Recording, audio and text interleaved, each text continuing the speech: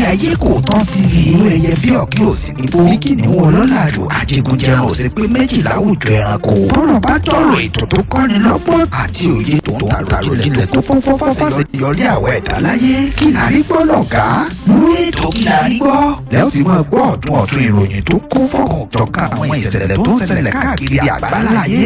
Line with media ethics and practice, full of truthfulness, fairness, credibility, objectivity, and balancing. Nípa pé káyọ̀ nàná ọ̀rọ̀ kó dá sáká. Láì fi gbà kan bọ̀ kan lórí ohun tó ṣẹlẹ̀ káàkiri àgbáláyé. Bó ṣe nípasẹ̀ àgbẹ̀, ètò ẹ̀kọ́, ọ̀rọ̀ ìlera, ètò ìrànlọ́wọ́ táwọn olóyìnbó ń pè ní humanitarian, ètò ìṣèjọba àwarawa, orin, ijó àti eré ayò. Níbi tẹ́tí máa pàdé bàbá ọmọ borí owó fúnra lára rẹ̀. Fún ẹ̀kúnrẹ́rẹ́ àlàyé síwájú sí tàbí fọ̀ọ̀kan ìjọ̀kan ìbéèrè tẹ́ bá ní. Bóyá ẹ̀ sì fẹ́ bá wa dòwò pọ̀ lẹ́yìn kéyìí ìlú tẹ́ bá wà. Ẹ lè pè tàbí kẹ́ WhatsApp wa lórí +971 503 430 843. Ẹ má gbàgbé o wípé lórí Ayekooto TV lẹ́yìn tí máa wò ó láìsí tàbí ṣùgbọ́n wọ́n ní wọ́n pé tàbí kankan lórí ètò Kí la rí gbọ́. The truth must be told.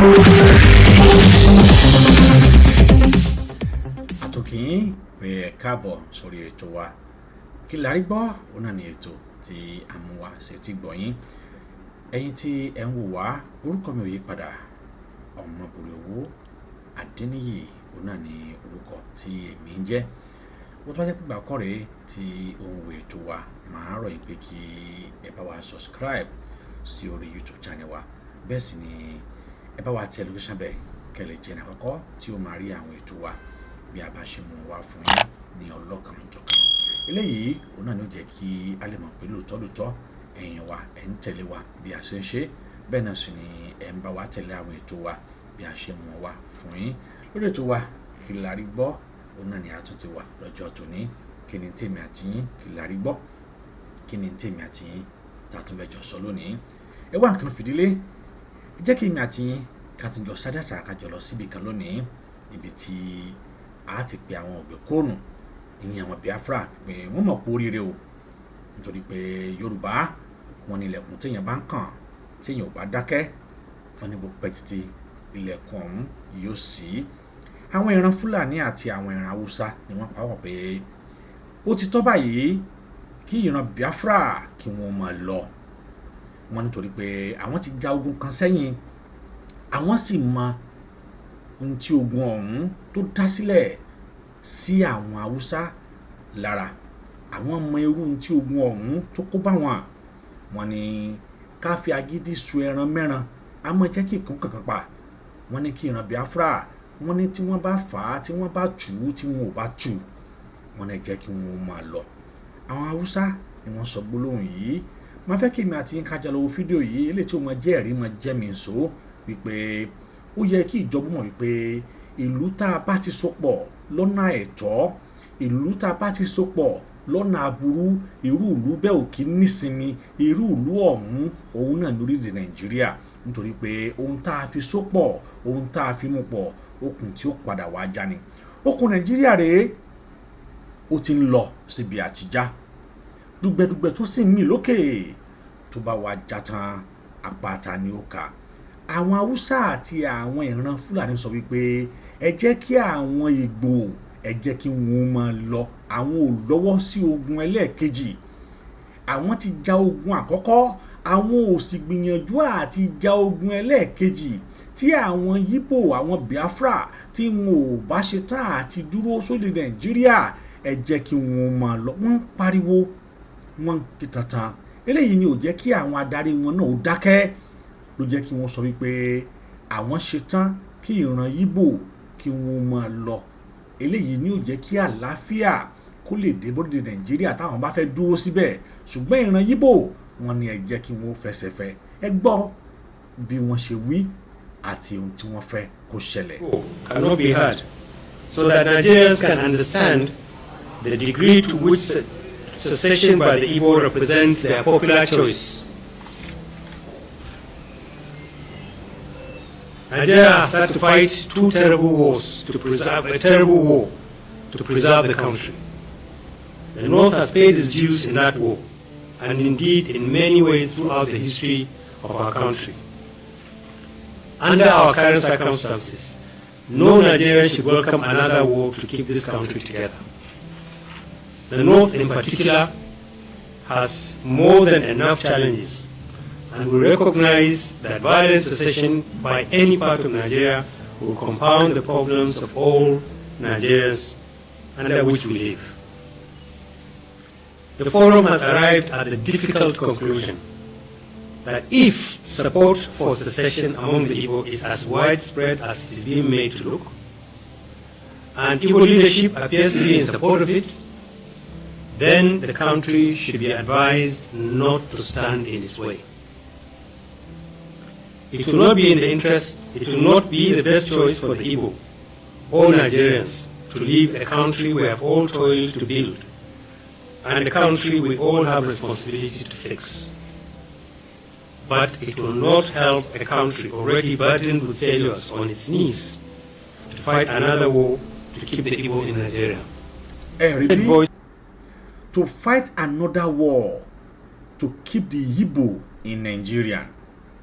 Then the man said, Nigerians should not welcome another war to keep Nigerians together. I repeat, Nigerians should not welcome another war to keep Nigerians together. Ẹ̀yin ọmọ Nàìjíríà, ẹ tún gbọ́dọ̀ gba ogun míì láàyè láti jẹ́ kí Nàìjíríà ó wà ní ìṣọ̀kan, torí pé ìṣọ̀kan Nàìjíríà fún èròǹgbà àwọn eléyìíbó aláwọ̀ fún tí wọ́n wá kó wa lẹ́rú ni. Àwọn tí wọ́n kó wa lẹ́rú èròǹgbà tí wọ́n ní kì í ṣe ń táwa fẹ́. Ẹ jẹ́ kí àwọn Ìgbò ẹ jẹ́ kí wọ́n máa lọ. Kì í ṣàwọn nìkan, àwọn kan náà wà tí wọ́n ń pariwo Yorùbá nation àwọn náà fẹ́ lọ. Eléyìí ni ó jẹ́ kí wọ́n mọ̀ wípé Nàìjíríà ò kì í ṣorílẹ̀-èdè tí ìrẹ́pọ̀ àti ìṣọ̀kan wà. Bẹ́ẹ̀ sì ni Nàìjíríà ò kì í ṣorílẹ̀-èdè tí àwọn ará abẹ́ fi ìrẹ́pọ̀ àti ìṣọ̀kan jọ gbé papọ̀. Bẹ́ẹ̀ sì ni Nàìjíríà ò kì í ṣorílẹ̀-èdè tí èmi àti ẹ rò wípé ó yẹ kí èmi àti ẹ ó jọ máa gbé ní ìṣọ̀kan. Yorùbá sì lọ wọ́n bọ̀, wọ́n ní ìsíwò ìwòrìwò ohun tá a bá dìjọ wò wọ́n ní a máa gún. Kí sì ni tèmi àti ẹ yẹ ká jọ wò lónìí? Ó yẹ ká jọ wo èdè. Ǹjẹ́ a ní èdè bí? Bẹ́ẹ̀ a nídè. A lédè. Kí lédè Nàìjíríà? Wọ́n á ní ká ṣe èbó, a máa ṣàwálà bí èbó, a máa ṣèlú èbó láti wá. A lédè. Kò dẹ̀ sí orílẹ̀-èdè tí wọ́n ò ní èdè. Every country have their own native language. That is why we call them a country. Nigeria doesn't have any language except a colonized language, that's all, which is English. Then why are we still want to be one nation when within ourselves we understand that we are not one nation? Because ohun tí wọ́n fi ń ṣèjọba nílẹ̀ Haúsá, ohun kọ́ ni wọ́n fi ń ṣèjọba nílẹ̀ Ìgbò. Bẹ́ẹ̀ sì ni ohun náà kọ́ ni wọ́n fi ń ṣèjọba nílẹ̀ Yorùbá. Dájúdájú àwọn kan ń jàǹfààní ìjọba ju àwọn kan lọ. Bí orí bá ń fọ́ àwọn kan, tí ìjọba Nàìjíríà bá gbọ́, wọn ó tún láhámọ̀ lé wọn lórí ni. Àwọn wo ni?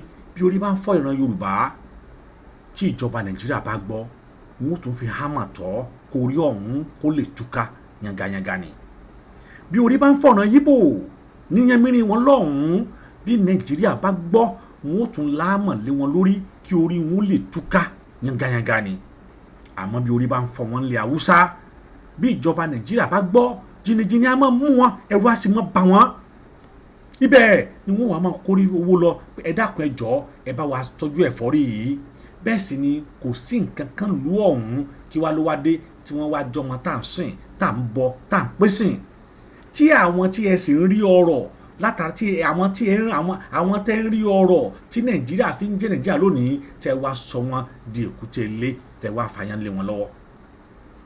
Wọ́n ní kẹ́ jẹ́ káwọn Ìgbò máa lọ, ẹ jẹ́ kí wọ́n lọ, torí pé àìjẹ́ kí wọ́n lọ yìí ó lè fa wàhálà tó gun ẹlẹ́ẹ̀kejì tí Nàìjíríà ò sì ní bọ́m̀bẹ̀ láíláí. Àìjẹ́ kí wọ́n lọ yìí ó lè dá ìjàngbọ̀n sílẹ̀ tí Nàìjíríà ò ní padà wá rí ojútùú tí ò ní sójútùú tí ẹ̀mí ó padà wá sùn. nítorí pé lọ́tẹ̀ yìí kì í ṣe Ìgbò nìkan ló fẹ́ jà lọ́tẹ̀ yìí kì í ṣe àwọn Biafra nìkan ni wọ́n fẹ́ gbógun tìjọba ọ̀rọ̀ ń wádìí wípé ó ti wá dọ́lọ́mù mọ́mọ́ kí ọlọ́mù ó kìlọ̀ fọ́mọ ẹ̀ nítorí pé lọ́tẹ̀ yìí ìran Ìgbò àti ìran Yorùbá ni ó padà wá gbógun tìran Haúsá ó yàtọ̀ sí ti tẹ́lẹ̀ tó jẹ́ pé ogun àkọ́kọ́ ìran Ìgbò àti ìran Haúsá àti ìran Yorùbá ni wọ́n jọ gbógun tìran Ìgbò àmọ́ lọ́tẹ̀ yìí kò ní rí bẹ́ẹ̀ bí ìran Ìgbò bá ṣe ń bá Haúsá jà òun náà ni ìran Yorùbá náà mọ bá Haúsá jà nítorí pé àwọn méjèèjì rí Haúsá àti Fúlàní gẹ́gẹ́ bí okùnfà àti fẹ́ kúrò ní Nàìjíríà wọ́n sì rí wọn gẹ́gẹ́ bí ọ̀tá ṣùgbọ́n gbogbo ohun tí àwọn Fúlàní àti Haúsá yìí ṣe láti fa ojú Yorùbá mọ́ra ṣùgbọ́n ìdásí mẹ́rin nínú ìdásí mẹ́fà Yorùbá ni wọ́n ti faramọ́ Yorùbá nation tí wọ́n sì ń ṣe tọkàntọkàn látàrí wípé ọ̀pọ̀lọpọ̀ ẹ̀tọ́ wọn tó yẹ kó bọ́ sí wọn lọ́wọ́ náà ẹ̀ ń fi dùn wọ́n eléyìí ó làwọn Fúlàní sì sọ wípé ẹ jẹ́ kí ìran Haúsá ó máa lọ pé kò ní tún dáa fún Nàìjíríà o ká tún jọ fi ààyè gba ogun ẹlẹ́ẹ̀kejì kò ní dáa fún Nàìjíríà ká tún jọ fi ààyè gba ogun ẹlẹ́ẹ̀kejì tí ìbáṣepọ̀ àti ìbágbépọ̀ àwọn Ìgbò yìí àwọn Biafra yìí tí ò bá wọ̀ ẹ jẹ́ kí wọ́n mọ lọ́n lọ́wọ́ rẹsẹ̀ eléyìí ni mo fi kí àwọn ọmọ Ìgbò pé ẹ kú oríire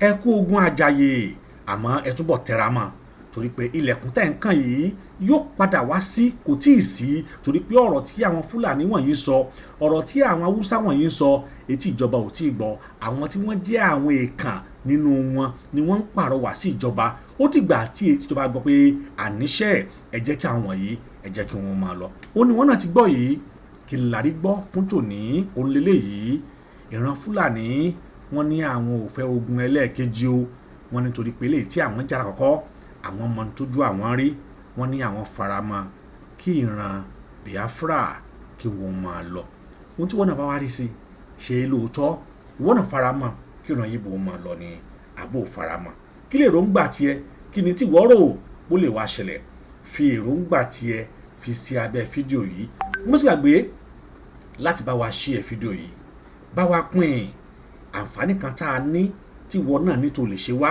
ó náà ní kó bá wa pín bẹ́ẹ̀ sì ni bá wa subscribe sórí Ayekooto television níbi tí a ti ń sọ òótọ́ ọ̀rọ̀ the truth must be told òótọ́ ó ṣe pàtàkì òótọ́ ó ṣe kókó kí la rí gbọ́ fún tèmi àti ẹ fún tòní ó tún eléyìí àwọn Fúlàní sọ pé kí àwọn Ìgbò kí wọ́n kàngara wọn kí wọ́n máa lọ sórílẹ̀-èdè Biafra o wọn nítorí pé àwọn ò wá ogun ẹlẹ́ẹ̀kejì wọ́n sì ń pàrọwà sí ìjọba torí pé Yorùbá ní kókó báyìí òun náà làárán fàdítí kí ìjọba ó gbọ́ kí wọ́n sì mú ìbéèrè wọn ṣẹ kí ìran Ìgbò kí wọ́n máa lọ ibí yìí láti dúró lórí kìlárí gbọ́ fún tòní tó bá tún di ìgbà míì kí èmi àti yín ká tún jọ máa pàdé lórí ètò wa kìlárí gbọ́ ire o ayọ̀ ni fún èmi àti yín.